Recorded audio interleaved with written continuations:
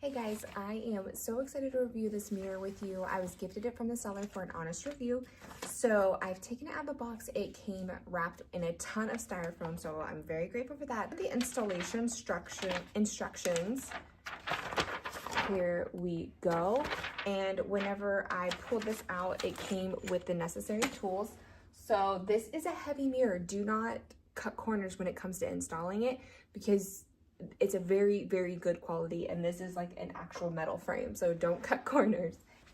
So I'm actually going to install this, and then I'm going to remove this film that is on it after I install it, just because of my fingerprints and putting it on the mirror itself. So let's go install this beautiful mirror.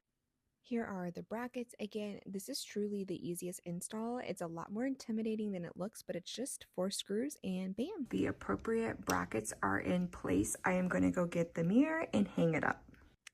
This mirror has edging on the back, so all you have to do is slide it onto those brackets and it will be stabilized.